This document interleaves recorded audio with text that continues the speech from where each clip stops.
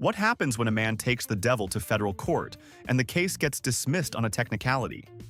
Or when NASA gets a parking ticket for landing a probe on an asteroid? Justice is supposed to be blind, but it's not immune to being ridiculous. For every landmark ruling that defines a nation, there's another born from a moment of pure, spectacular foolishness. We're about to uncover the hidden stories of how our most bizarre laws were forged in the fires of human absurdity. 1. When a wealthy Toronto lawyer named Charles Vance Miller died in 1926, he left behind one of the most diabolical wills in history. Tucked inside was a clause leaving the bulk of his massive fortune to the Toronto woman who could give birth to the most children in the 10 years following his death. This kicked off a decade-long baby-making contest known as the Great Stork Derby, with families desperately competing for the prize.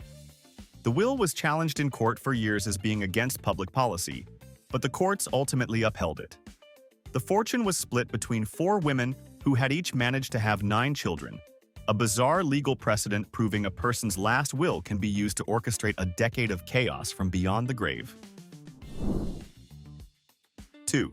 In 2000, a man named Gregory Nemitz laid claim to the asteroid 433 Eros. So when NASA's Near Shoemaker probe landed on it in 2001, Nemitz did what any enterprising space landlord would do. He sent NASA a $20 parking ticket. NASA refused to pay, so Nemitz sued them in federal court. The case forced the U.S. government to officially declare its position on private property in space, with the court ruling that celestial bodies cannot be owned. So, thanks to a $20 parking ticket, there's now a rock-solid federal ruling that prevents you from slapping a no trespassing sign on Mars. 3. After the movie Borat was released, 2 of its unwitting stars, the 2 fraternity brothers who got drunk with Borat on camera, sued the filmmakers. They claimed they were tricked into appearing in the film and that the crew had encouraged them to drink and make racist and sexist remarks, which subjected them to public ridicule.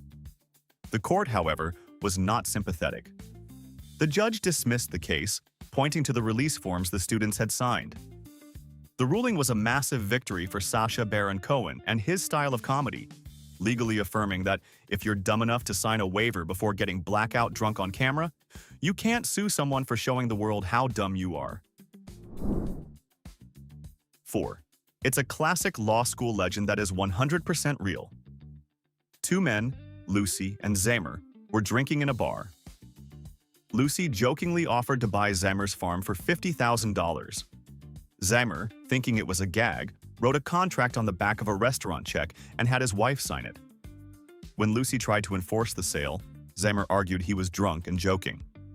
The case went to the Virginia Supreme Court, which shockingly sided with Lucy. The court ruled that if your actions look like a serious offer, it doesn't matter what you were secretly thinking. Whose side are you on? A signature is a signature, or no contracts after shots. 5. An inmate in Pennsylvania named Robert Shepard decided to escape from prison. He climbed over a razor wire fence, but fell and was seriously injured. While recovering, he filed a $50,000 lawsuit against the prison. His argument? The prison was negligent for failing to properly train him on how to escape safely. The court, after what we can only assume was a brief moment of stunned silence, dismissed the case. The ruling established an important, if ridiculously obvious, legal principle. A property owner's duty to maintain a safe environment does not extend to helping you commit a felony on it. 6. In the 90s, Frito-Lay introduced Wow chips, a snack cooked with a fat substitute called Olestra that promised all the taste with zero the fat. There was just one tiny side effect: anal leakage. The company knew about this, but hoped it wouldn't be a big deal. It was. The resulting wave of personal injury lawsuits wasn't just about upset stomachs. It was about public humiliation. The FDA eventually forced the company to put a warning label on the bag, a masterclass in medical euphemism. The lawsuits created a legal precedent where a snack food was forced to politely warn you that it might cause loose stools and other symptoms that are generally not considered part of a wow experience. 7. In 2001, the J.M. Smucker Company, the makers of Uncrustables, sued a small Michigan grocery store. Their crime? Selling their own version of a sealed, crustless peanut butter and jelly sandwich. Smuckers argued this was a violation of their patent. A patent they held on the very concept of a crustless PB&J. The legal battle that followed was a PR disaster, as the entire country pointed and laughed at a corporate giant claiming to have invented one of the most basic sandwiches known to childhood. The U.S. Patent Office eventually invalidated the patent under immense pressure, setting a legendary precedent that you cannot, in fact, own the idea of cutting the crusts off bread. 8. In 1997, NBA star Latrell Sprewell was having a bad day at practice. He attacked and choked his coach, P.J. Carlesimo. The league suspended him for a year, and the Golden State Warriors voided his $24 million contract. Sprewell's response was to file a massive lawsuit against the NBA and the team, claiming his punishment was racially motivated and a violation of his contract. The case was a legal circus, with Sprewell's infamous quote that he wasn't choking him that hard becoming a national punchline. He ultimately lost, with the court affirming that having a "no choking your boss" clause doesn't need to be written down to be enforceable. It was a landmark labor law ruling for all professional sports leagues. 9. A New York woman named Judith Hames made a bold psychic prediction in 1986. A specific shopping mall was going to collapse. When it didn't, she sued the mall's owners. Her claim? Her psychic powers were real, and the only reason the mall didn't collapse was because the owners had secretly fixed the structural problems she had divined, thereby robbing her of her deserved fame. The court dismissed the case as pure fantasy, creating a vital legal precedent for all aspiring psychics. If you want to get paid, you have to let the disaster actually happen first. 10. In 2013, a Nebraska man named Tyler Bridges got tired of being ignored by local city officials over a housing issue. So he took a novel legal approach. He went to court and legally changed his name to Tyrannosaurus Rex. His logic was that a bizarre name would be harder for bureaucrats to ignore on paperwork. He was right. Suddenly, his complaints were being taken seriously. While not a lawsuit, his action created a bizarre but effective legal strategy. It became a viral news story, a perfect modern parable that established a strange new rule of civic engagement. If the system won't listen to a man, maybe it will listen to a dinosaur. 11. In the early 2000s, Marvel Comics' parent company sued the U.S. government. The reason? Tariffs. The government classified their X-Men action figures as dolls because they represented human figures, which carried a higher import tax. Marvel argued they were toys, or more specifically, non-human creatures, which had a lower tax rate. The case went to court, where lawyers seriously debated the humanity of Wolverine and Storm. In a decision that delighted nerds everywhere, the judge ruled in Marvel's favor, legally declaring that the X-Men were not human. The ruling saved the company a fortune, establishing a bizarre but powerful legal precedent that being a mutant is, for tax purposes, a fantastic loophole. 12. How far will a company go for an ad campaign? In 2008, Burger King launched the Whopper Virgins promotion, a documentary-style ad where they found people in remote parts of the world who had never heard of a hamburger and had them taste test a Whopper versus a Big Mac. The campaign was immediately attacked not just by critics, but by lawyers and human rights groups who alleged it was a form of corporate exploitation that bordered on illegal human experimentation. While no single lawsuit managed to shut it down, the intense legal threats and the specter of being dragged into an international court for violating the dignity of an entire village forced Burger King to pull the campaign. It became a legendary cautionary tale, proving there's a very fine legal line between edgy marketing and a class action lawsuit for crimes against humanity. 13. Can you own a color? T-Mobile certainly thinks so. For years, the telecom giant has aggressively sued or threatened legal action against any company that uses a shade of magenta, similar to its trademarked Pantone 676C. They've gone after tech companies, insurance startups, and even a small email marketing firm.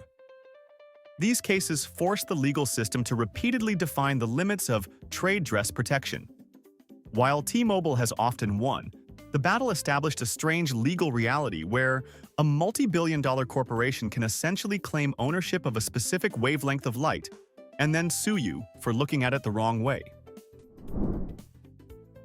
14.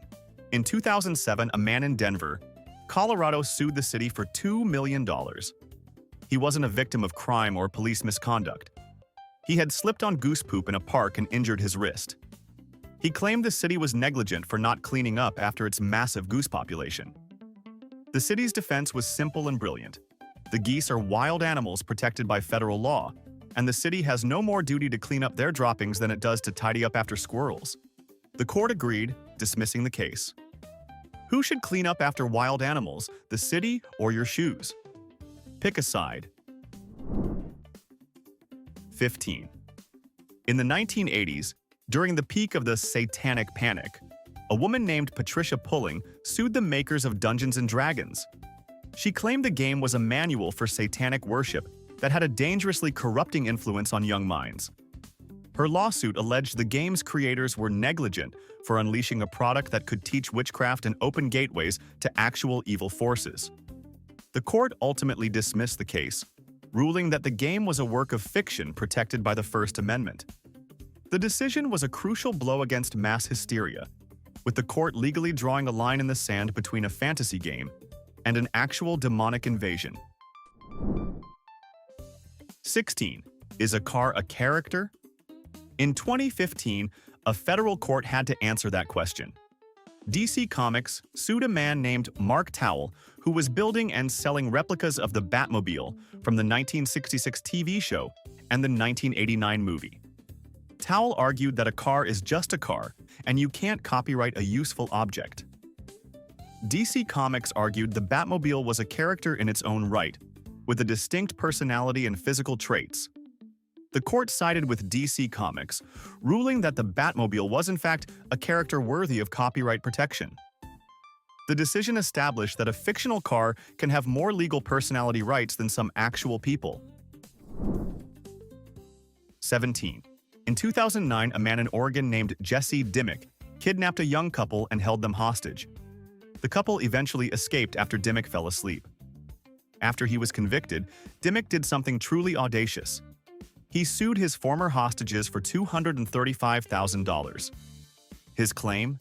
That he and the couple had a legally binding oral contract that they would hide him from the police in exchange for an unspecified amount of money. He argued that by escaping and calling the cops, they had breached their contract. The court, to absolutely no one's surprise, dismissed the lawsuit, setting a precedent that you cannot legally enforce a contract that was negotiated at gunpoint. 18. Skydiving is inherently risky. But what if the risk comes from your fellow skydiver? In 2009, a skydiving instructor in Texas was making a tandem jump with a first-time student. At 7,000 feet, the student panicked, grabbed the controls, and sent them into an uncontrolled spin. Both were seriously injured in the crash landing. The instructor then sued the student for over $300,000, claiming her panic-induced actions were negligent. The case forced the courts to grapple with a bizarre question of liability.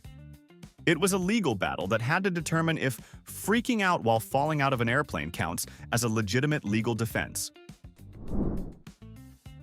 19. The U.S. Air Force once researched a non-lethal chemical weapon known as the gay bomb.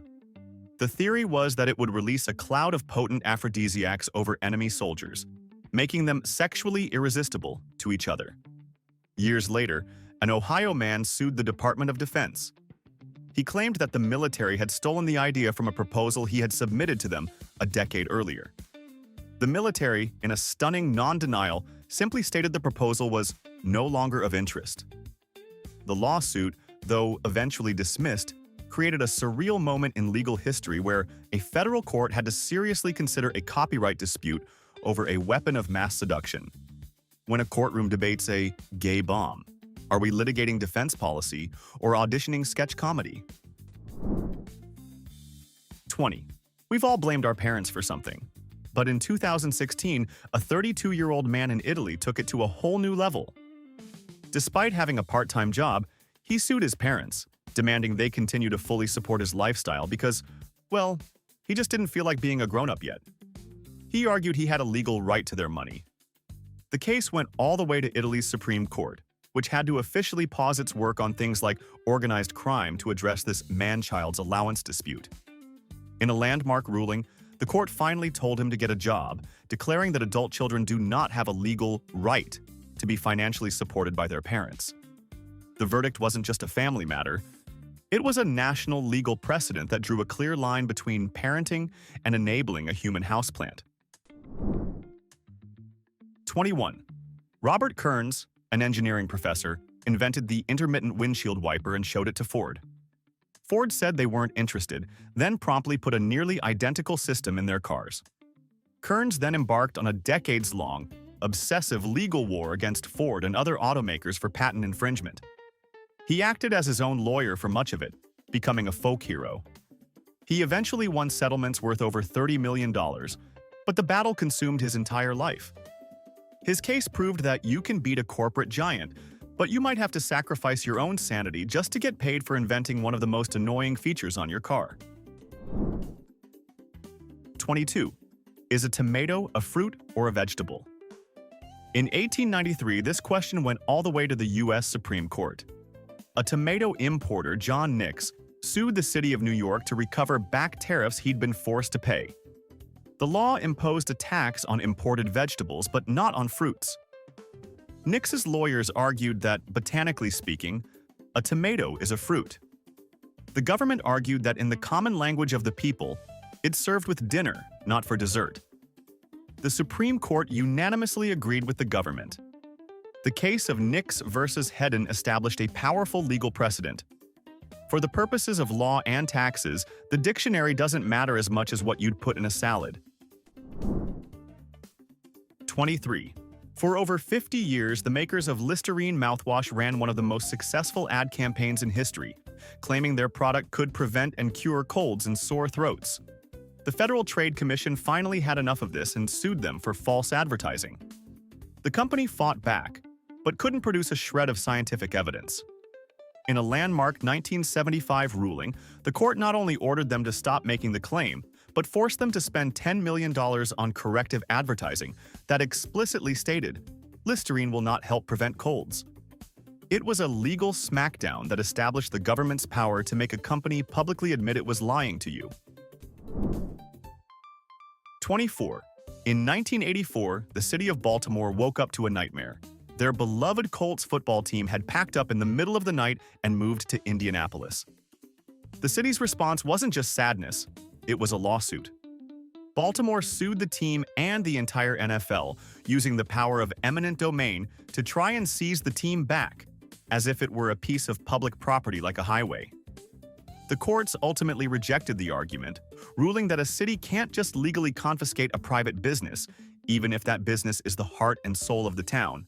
The case created a brutal legal precedent for jilted cities everywhere, officially confirming that your favorite team doesn't actually belong to you. It belongs to the guy who owns the moving vans. If your team ghosts your city, should the city be allowed to seize it back? Yes, or owner's rights win. 25. Are Pringles legally potato chips? In 2008, a British court had to decide. The UK places a tax on potato crisps, but not on other savory snacks. Procter & Gamble, the makers of Pringles, argued that their product's uniform shape, doughy texture, and low potato content, less than 50%, made them something else entirely, and they won. The court ruled that Pringles were not, in the eyes of the law, potato chips. The decision was a masterclass in legal hair-splitting that proved if your product is scientifically weird enough, you can literally redefine what it is to dodge a tax bill. 26. A Washington man's life was ruined by a squeaky pig toy. During a traffic stop, a police drug-sniffing dog aggressively alerted on his truck. Officers tore the vehicle apart but found no drugs. The source of the dog's excitement? A half-chewed squeaky toy his daughter had left in the cab. The man sued for wrongful arrest and the destruction of his property. The case became a key piece of evidence in a larger legal battle questioning the reliability of K9 units. exposing how easily a trained police dog can be duped by a cheap piece of plastic. It established the terrifying legal reality where your kid's favorite toy could get you treated like a kingpin. 27. In the late 1940s, a contest called the Chicken of Tomorrow was held to breed a bird with the meatiest breasts and thickest thighs. The winning hybrid became the genetic ancestor of virtually every chicken you've ever eaten. The breeders then got into a massive legal battle with competitors over the rights to this genetic line. The resulting lawsuits helped establish the legal framework for patenting living organisms. The outcome of these cases means that the specific shape and size of the chicken in your sandwich today was determined less by farmers and more by a flurry of corporate lawyers fighting over the intellectual property rights to a bird's butt. 28. An Indian man was so infuriated by his British Airways flight, facing rude staff, a broken seat, and lost luggage, that he decided to make it his life's mission to get revenge. He sued the airline in an Indian consumer court. For 2 years, he relentlessly represented himself, armed with meticulous records of every failure. The airline's lawyers barely showed up, assuming it would go away. It didn't. He won, forcing the airline to pay damages and issue a formal apology. It was a legendary victory for every passenger who's ever fantasized about getting even, proving that with enough paperwork, one man's fury can be more powerful than a Boeing 747. 29. A fan of the Philadelphia Phillies baseball team was so disgusted by their performance that he sued the team for being unwatchably bad. He claimed they were violating consumer protection laws by putting a fraudulent product on the field and causing him emotional distress. He wasn't just a crank, he filed a detailed, serious lawsuit. The court, however, promptly laughed it out of the building. The ruling legally enshrined every sports fan's worst fear. You have a constitutional right to pay a premium for terrible entertainment, and there is absolutely nothing you can do about it. 30. A man sued the state of Utah for the right to legally marry his laptop. It was a protest lawsuit designed to challenge the recent legalization of same-sex marriage, arguing that if the definition of marriage was changing, why couldn't he marry his MacBook? The case went to a federal appeals court, which had to seriously consider the legal arguments. The judge ultimately dismissed the suit, stating that a laptop, among other things, does not have the legal capacity to consent to a marriage. The case created a crucial legal precedent that, for now, draws the line at marrying something that can get a computer virus. 31. When Napster appeared in 1999, it was a paradise of free music. That is, until the heavy metal gods Metallica discovered their unreleased song was on the service. They didn't just get angry, they sued Napster and, in a move of spectacular audacity, delivered a list of 300,000 users to be banned.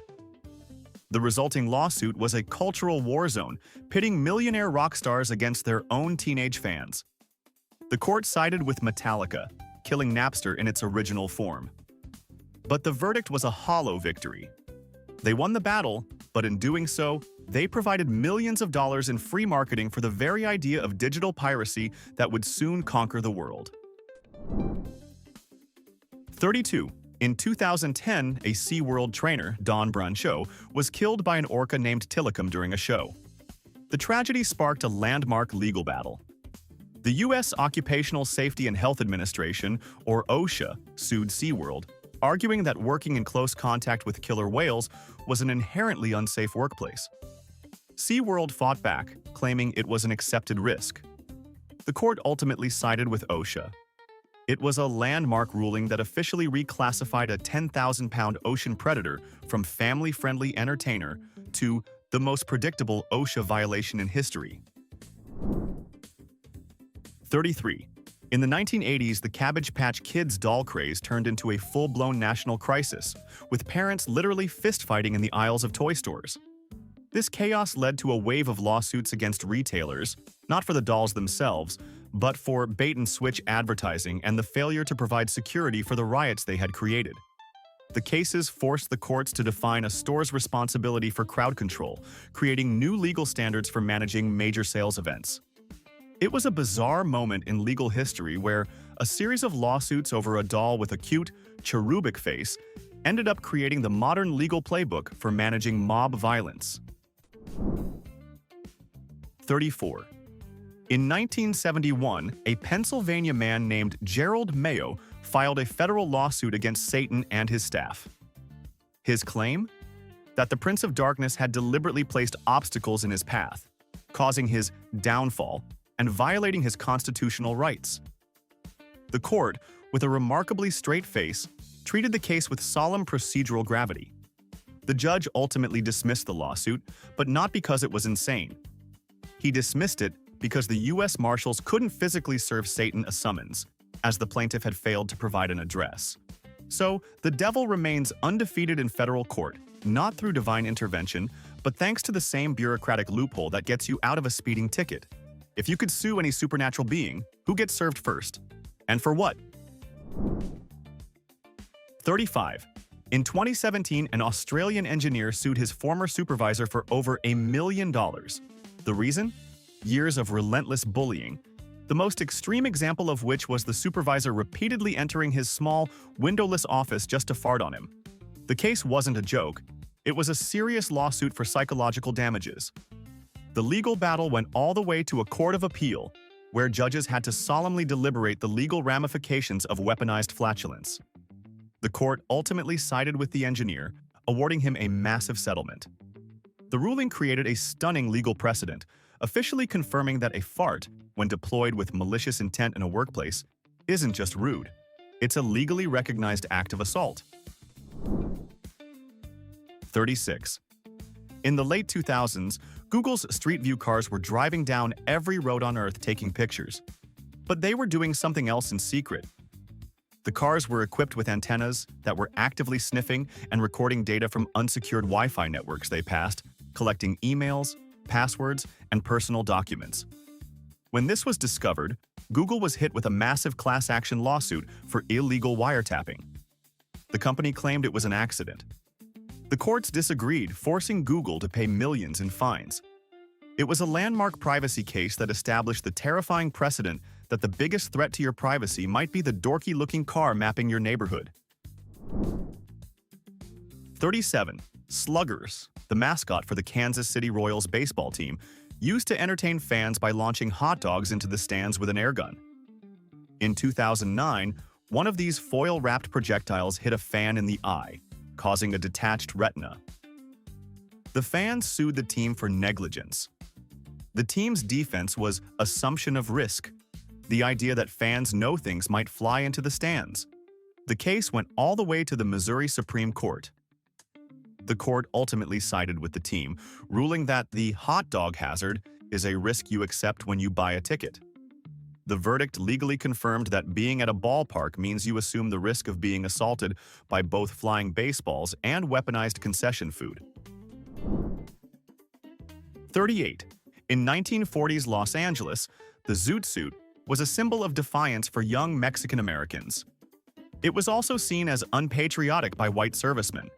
This tension exploded into the zoot suit riots, where sailors would roam the city, beating and stripping anyone wearing the suits. The legal absurdity came next. In the subsequent trials, the victims were the ones arrested, and the very act of wearing a zoot suit was presented by prosecutors as evidence of gang affiliation and criminality. It was a shameful moment in American history where the legal system literally put a fashion statement on trial and found it guilty. 39. In 2016, a massive lawsuit was filed against major grocery chains and Kraft Heinz. The bombshell allegation that their 100% grated Parmesan cheese contained a significant amount of wood pulp. The news went viral, sparking outrage and panic about what was really in our food. While some claims were exaggerated, the case forced the FDA to crack down and led to major brands paying out millions in settlements. The case created a new legal reality for food labels, one where 100% cheese can legally mean mostly cheese, with a tasteful hint of the Home Depot lumber aisle. 40. A Pulitzer Prize-winning cartoonist named Mike Peters drew a parody ad for a fake cigarette brand called Cancer Sticks, designed to look like a Newport cigarette ad. The tobacco giant Lorillard, which owns Newport, failed to see the humor and sued the cartoonist for trademark infringement. They claimed his parody would confuse consumers. The case went to a federal court, which had to decide if making fun of a cigarette ad was a crime. The judge sided with the cartoonist, a major victory for free speech. It was a spectacular cell phone where a tobacco company legally forced a federal judge to agree that the only thing their product could be confused with is a joke. 41. What happens when a 29-second home video of a baby dancing to a Prince song gets posted on YouTube? Universal Music Group, who owned the rights to the song, issued a takedown notice. But the baby's mother, Stephanie Lenz, fought back. She sued Universal, arguing the clip was fair use. The case dragged on for nearly a decade, going all the way to a federal appeals court. The court's landmark decision established a crucial rule for the internet age. Copyright holders must consider fair use before they can legally issue a takedown notice. A single dancing baby forced a multi-billion-dollar corporation to back down, creating the legal precedent that protects memes, reaction videos, and basically half of what you watch online. 42.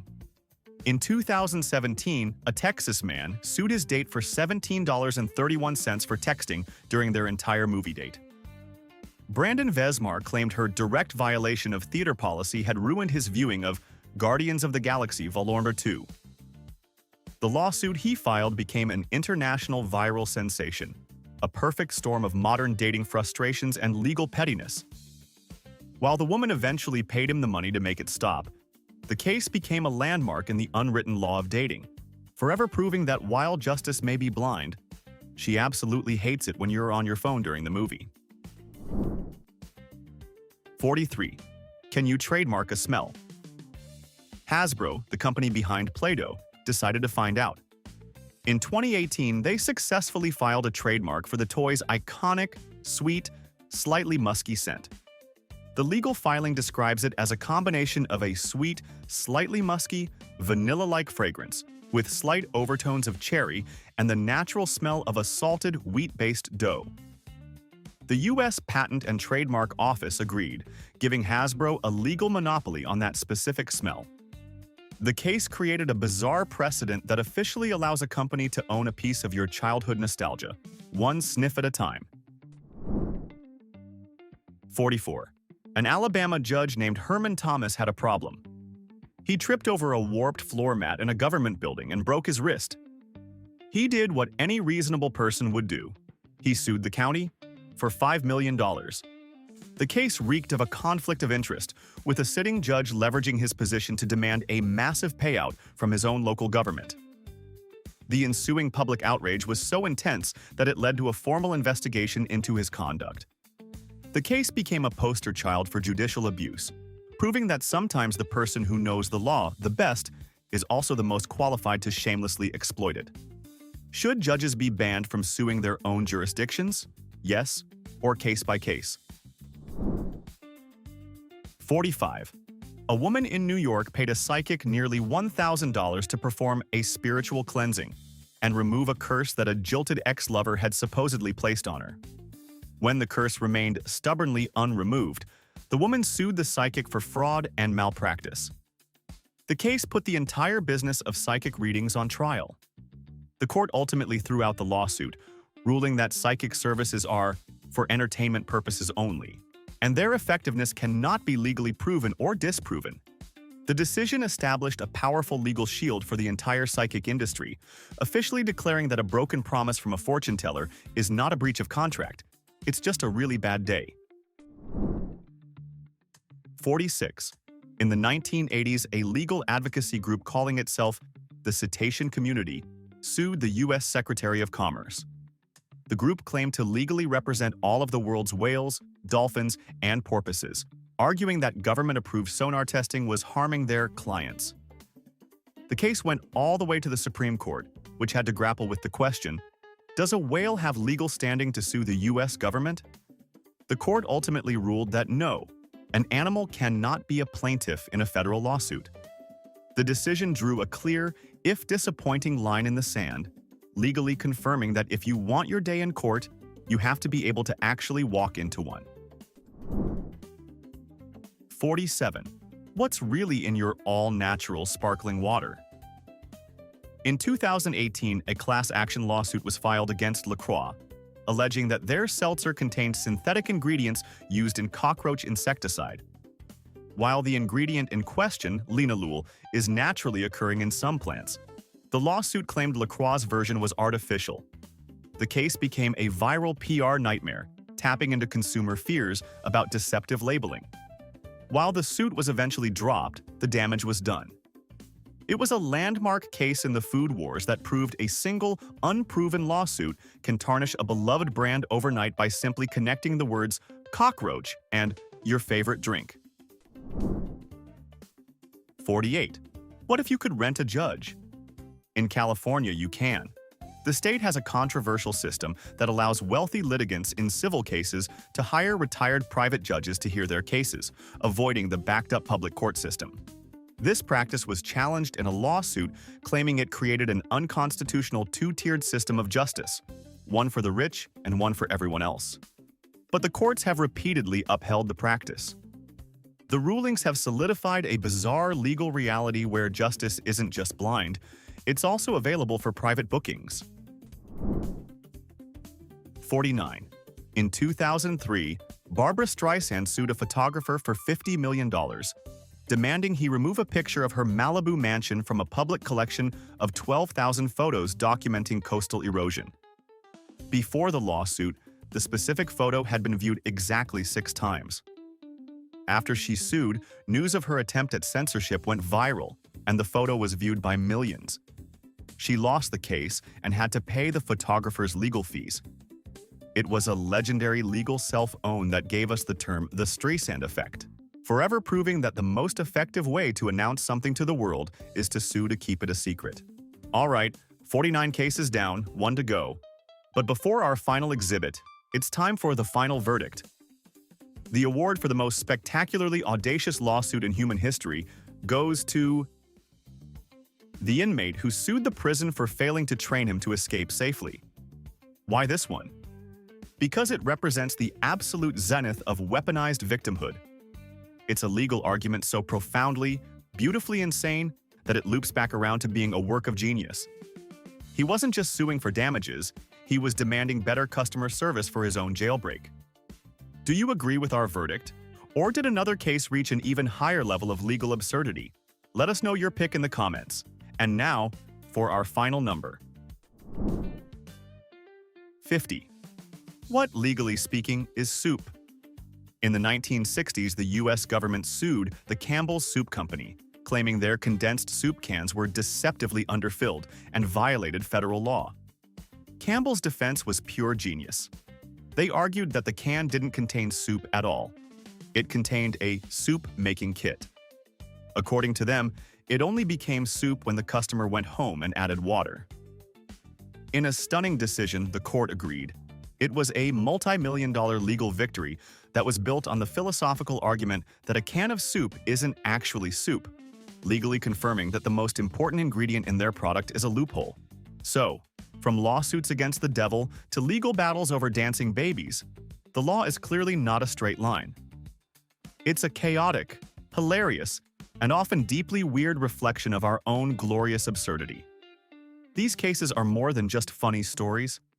They are the stress tests that bend, break, and ultimately forge the rules that govern our lives.